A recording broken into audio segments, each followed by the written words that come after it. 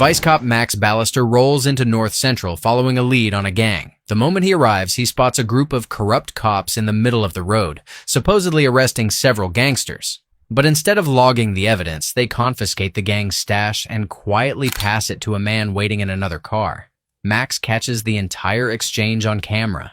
Back home, he studies the photos, trying to figure out who those men really were. Then the phone rings. It is Gary, his informant, asking for an urgent meeting, and Max promises to see him within the hour. His wife tries to stop him, but Max assures her he will be back soon. A short while later, in the same slum he visited earlier, Max sits alone in his car, tense and impatient, his eyes scanning the street. Gary finally calls, but the loud music around him drowns out whatever he is saying. Then Max notices a car approaching. He steps out, expecting contact, but the driver raises a gun and opens fire on him without hesitation. Soon after, Max is laid to rest with gunshots fired in his honor.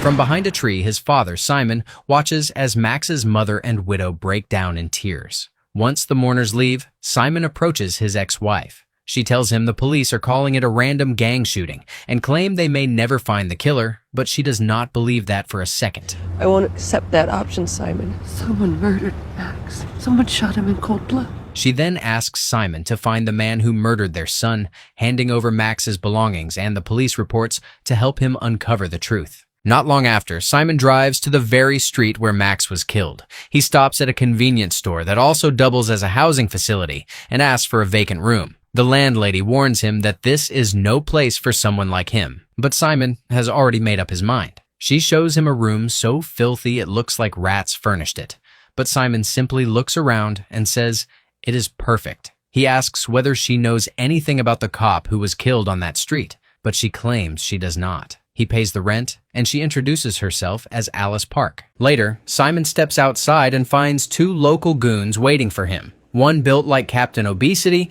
and the other looking like Skinnyhead's little cousin. When the bigger one tells him he is trespassing, Simon calmly says he has personal business there, and suggests the idiot piss off. That only makes Captain Obesity angrier, but Simon keeps pushing him. Listen, I got some personal stuff going on that makes me have to be here, so why don't you take your lively, chubby ass and get the fuck off my car? It's my fucking hood. I'm starting to get scared.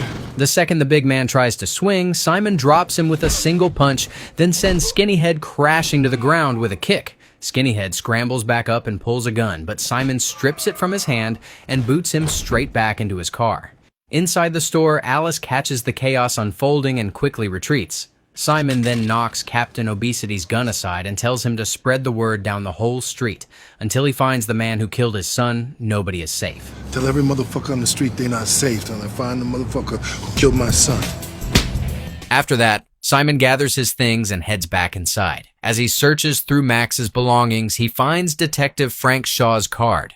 Not long after, he goes to the precinct, where one of the officers offers his condolences and reveals that Shaw is the detective leading Max's case. Simon is taken upstairs to meet him, and Shaw says the chances of finding Max's killer are slim to none. In his view, Max probably died in a random drive-by. The chances of finding your son's killer are slim to none. Believe me, he was one of ours and we don't take that lightly, but it looks like it was a random gang shooting. Simon can barely hide his disappointment, hearing that from the man in charge of the investigation. But Shaw remains cold and clinical. He says there were 487 homicides the previous year, which was actually fewer than the year before. Then he narrows it down further, explaining that the shooter likely never even stepped out of the car. Still, they did recover the .40 caliber bullet that killed Max, which at least tells them what kind of weapon was used.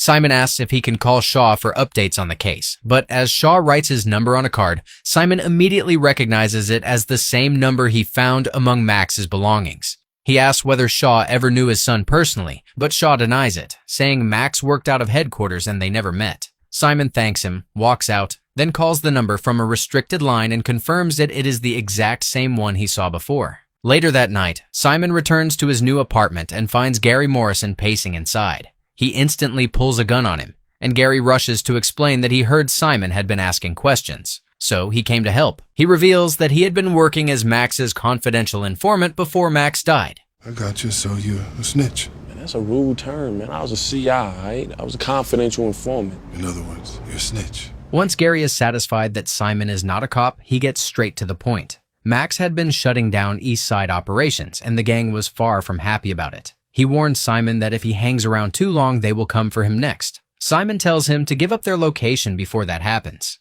and Gary reveals that their base is at a closed-down construction site in Florence, the same place where Max was killed.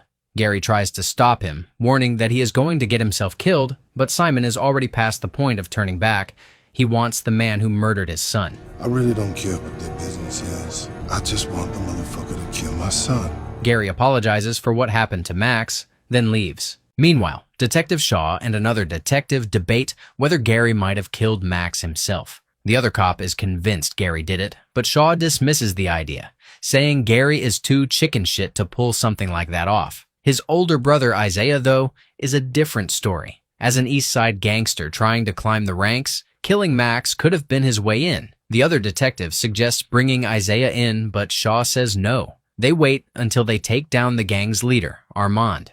Later, Simon breaks into the East Side gang's base looking for answers, only to find the place empty. That changes fast when several gangsters show up and cut off his search. Simon twists the gun out of one thug's hand and kicks him aside, then drops another one charging at him. In the back, Big Boy steps up ready to fight, but Simon slaps him so hard he crashes to the ground. Come on, motherfucker, you...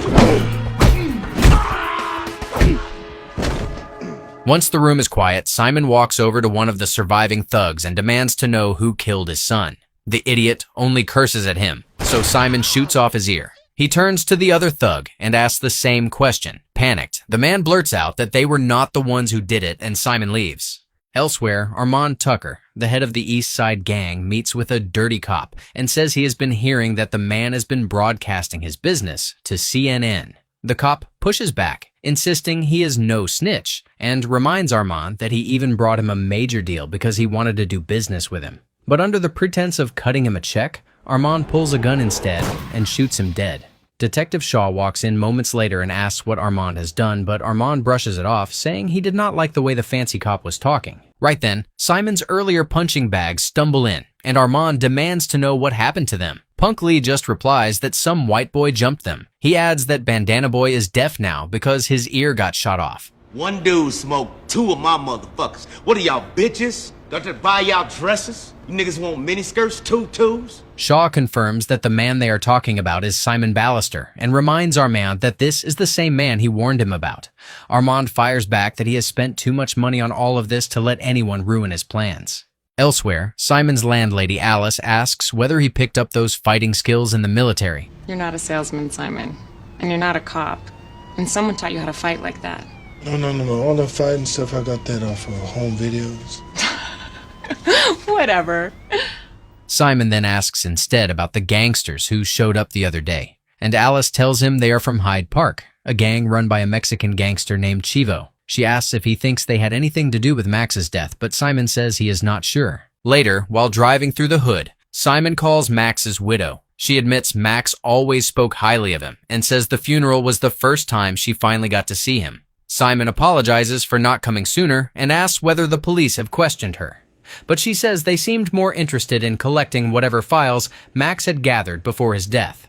Simon promises her that he will find the man who killed her husband. Not long after, Simon pulls up while Gary is outside watching his boys play basketball. Gary walks over in disbelief, asking whether Simon has completely lost his mind. He warns him that people are watching from everywhere, and if anyone sees him getting into that car, he is dead. By now, word has already spread about Simon's clash with the East Side gangsters. But Simon makes it clear he does not care who ordered the hit. I don't care who ordered the hit. I don't care whose business is what. I just want to know who killed my son. He tells Gary to get in, then pushes him to say everything he knows. Gary tells him about the Mexican gangster Chivo, saying he likely had someone do the drive-by on Max. Simon asks why Chivo would want his son dead, and Gary explains that Chivo runs the Hyde Park crew, controlling most of the bookie joints in the area. Max had been shutting down a lot of their operations, and maybe that had started getting under Chivo's skin. Simon asks where he can find him, and Gary tells him Chivo owns a club on Slauson Street. Promising to find the man responsible, Simon drives off. But the whole exchange has already been seen by Gary's older brother Isaiah and one of his boys, Benny, who tells him to keep Gary in line. Isaiah pulls up on Gary and asks what Simon wanted. Gary tries to brush it off, but Isaiah keeps pressing until he finally admits that he told Simon where to find Chivo. Since Chivo is the head of a rival gang, Gary gets off lightly this time. Isaiah then warns him never to speak to Simon again, or he will beat his ass. You stay the fuck away from him, you feel me? You came looking for me. I don't give a fuck. If I see you with him again, I'm gonna whoop your ass, alright? Alright, man. Yo, tell moms I won't be home tonight. Fine. I'm out, yo. Alright. Later, Simon arrives at the club and approaches the bouncer, who is unnecessarily rude to a man on crutches. He tells Simon it is a private club. His name is not on the list, and he needs to leave. Simon calmly replies that the man looks smart, so he will give him $5 if he lets him in. Amused by his nerve, the bouncer smirks and says Simon has got a date with him if he makes it out alive. Inside, Simon drops one of the men almost immediately, then heads straight for Chivo, who is busy having his own little chick flicks and chill moment. Chivo leads him to a more private section and says he has heard Simon has been folding his men all over town. Simon asks if he knows who killed his son, but Chivo says he had no reason to kill Max. According to him, they were both serving the community in their own way. Simon reminds him that Max shut down several of his joints, but Chivo barely reacts, saying those spots probably would have been running again the very next day like nothing happened. We're a lot alike. Both pillars of the community. Well, you know, seems like maybe he took down a few of your joints. So what? This is the barrio. Takes down one of my joints today, it's back up tomorrow. And besides, we all know what kind of heat a dead cop brings. He then tells Simon that the East Side gangsters were likely behind Max's death. Simon asks whether Chivo is just trying to send him off to wipe out the competition, and Chivo admits those gangsters have been creeping into his operations for years. Even so, he insists he is telling the truth. He says he respected Max and swears East Side is responsible. Simon believes him, and Chivo calls for a bottle of tequila. The two men raise a glass to finding the person who killed Simon's son. On the way out, the bouncer stops Simon with bad intentions, but Simon twists him up and drops him with a kick. He then walks over to the man on crutches and hands him the bottle of tequila for his troubles. Unbeknownst to Simon, Detective Shaw is watching from his car and orders that he be kept under 24-hour surveillance. Back at Simon's place, Alice tells him how much she admires him for taking on Max's case and says they must have been close. Simon admits he still has not fully accepted his son's death and sometimes catches himself thinking about calling him before reality hits all over again. He says he regrets not being around much when Max was young, but once Max got older, he tried to make up for it by stepping back into his life. I really kind of feel like I got to make it up. You could be away from somebody for 10 years, knock on the door, walk through that door, and it's like you never left. That's close, and that's how he and I were, you know, that close. The next day, Isaiah and Benny wait under Armand's orders for Simon to drive out. The moment he pulls up beside them, Isaiah opens fire, missing so badly he turns into Mr. Stormtrooper behind the trigger. Simon fires back and speeds off, with both men chasing after him. During the high-speed pursuit, Benny yells at Isaiah to shoot the tires, but he cannot hit those either. At the last second, Simon cuts a sharp corner, forcing them to slam on the brakes. Isaiah starts blaming Benny for the botched chase, but Benny fires back, saying Simon is swerving all over the road. They keep after him through the smoke and open fire again the moment they close the gap. Simon leads them into an abandoned lot, then cuts away at the very last second, sending them crashing straight into another vehicle. Their car flips over and Simon walks to the wreckage, where he finds Isaiah barely conscious. He demands to know who sent him, but Isaiah only spits back insults. Simon kicks him and asks again, and this time, Isaiah finally gives him a name, Armand. Simon then takes Isaiah's wallet and leaves. Back at his apartment, Simon pulls credentials from the wallet and logs into Isaiah's LAPD profile, slipping back into the instincts of his old life as he opens classified files on both Gary and Isaiah Morrison. Neither man has ever been convicted, but Gary is tied to burglary, property damage, and known links to the East Side gangsters, a crew suspected in more than 30 killings over the past year. The file also confirms that Armand Tucker, the head of the East Side gangsters, has never been convicted. The moment Simon sees that, he makes a call and arranges for a package to be delivered to his address. Elsewhere, Armand is busy entertaining a few snow bunnies when Benny barges in and kills the mood instantly. Already annoyed, Armand snaps at him to lower his voice, then sends the women off to keep themselves occupied somewhere else in the house. He turns to his men and makes it clear he already knows Simon beat them,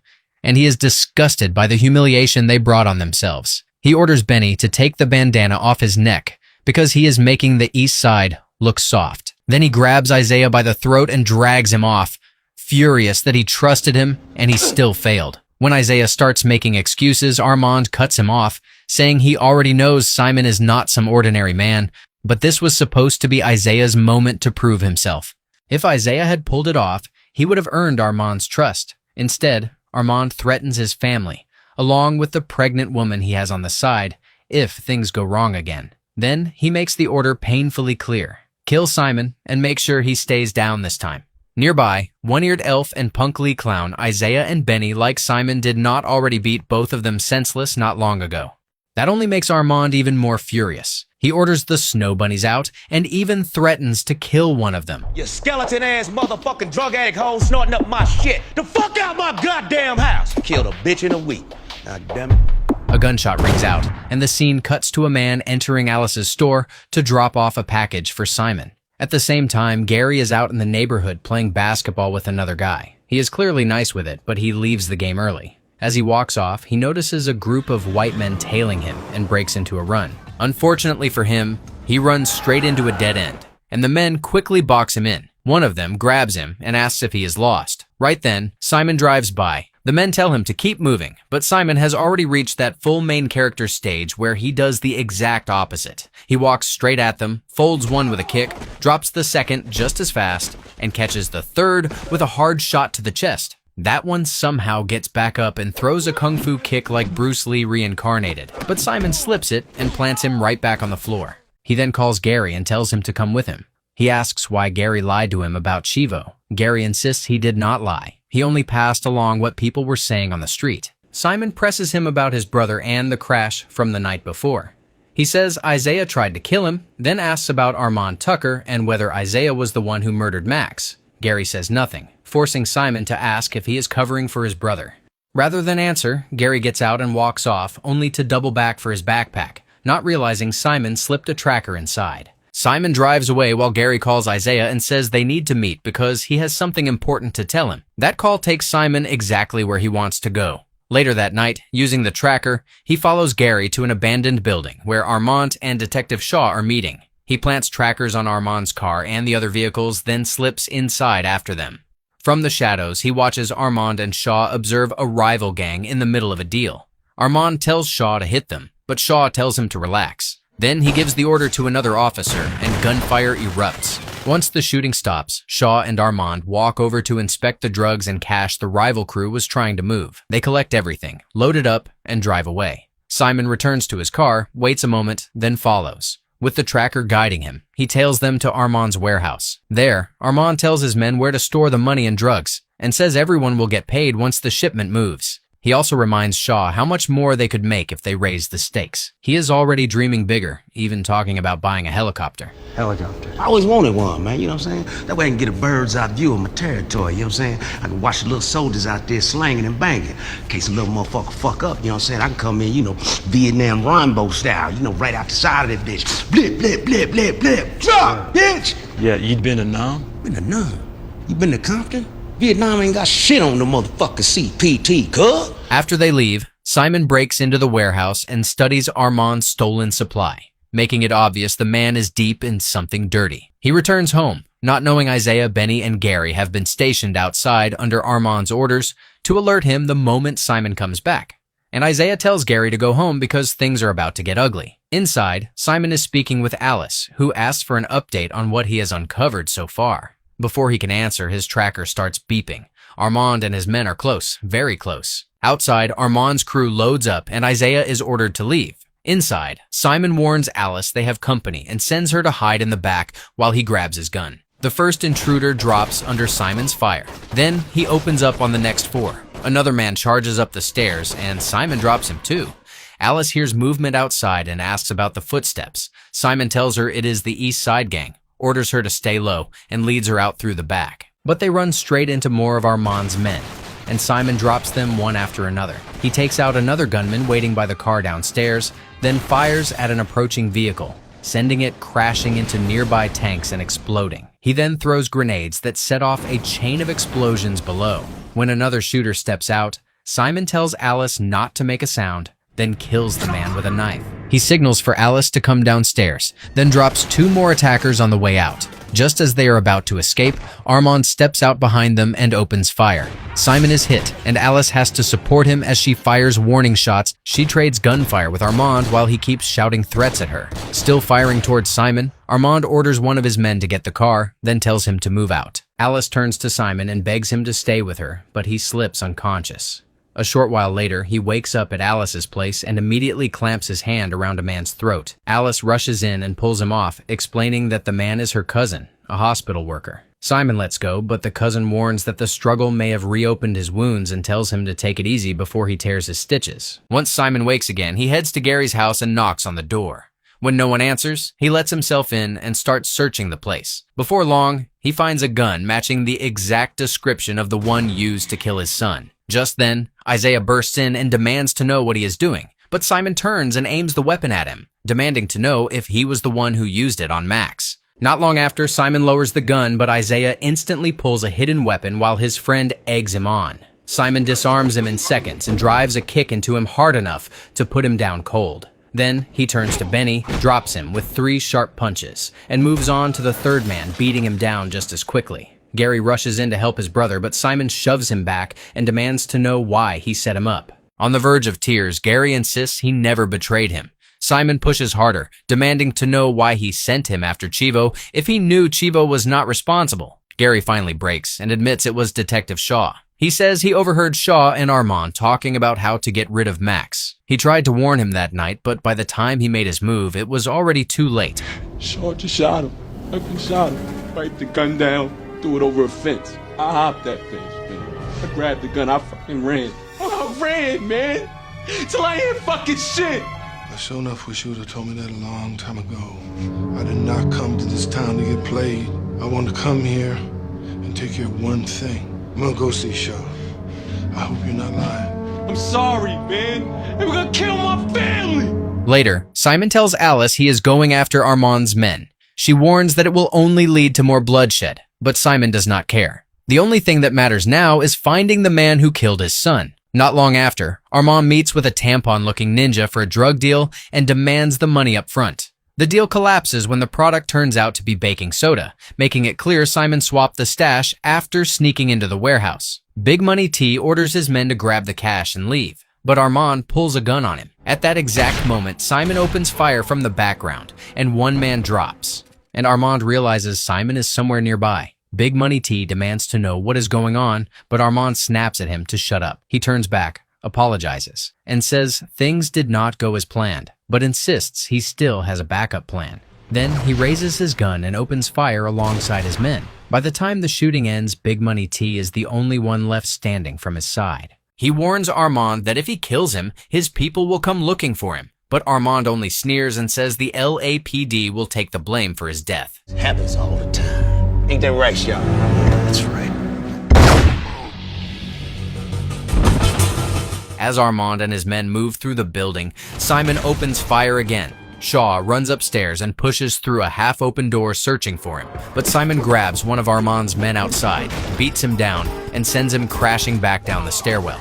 Simon spots another gunman and waits in hiding for the perfect moment. They exchange shots, but when the man runs out of bullets, Simon closes the distance, strikes him, and kills him. Then he steps into the open and runs into another man whom he shoots again and again. Shaw keeps searching through the next room until he finally spots Simon and dives behind a bed, firing repeatedly. He taunts Simon to come out but gets nothing in return. Then, as he edges toward another doorway, Simon suddenly grabs his arm and yanks him inside, slamming him to the floor and kicking him hard. Shaw gets back up, but Simon drops him again.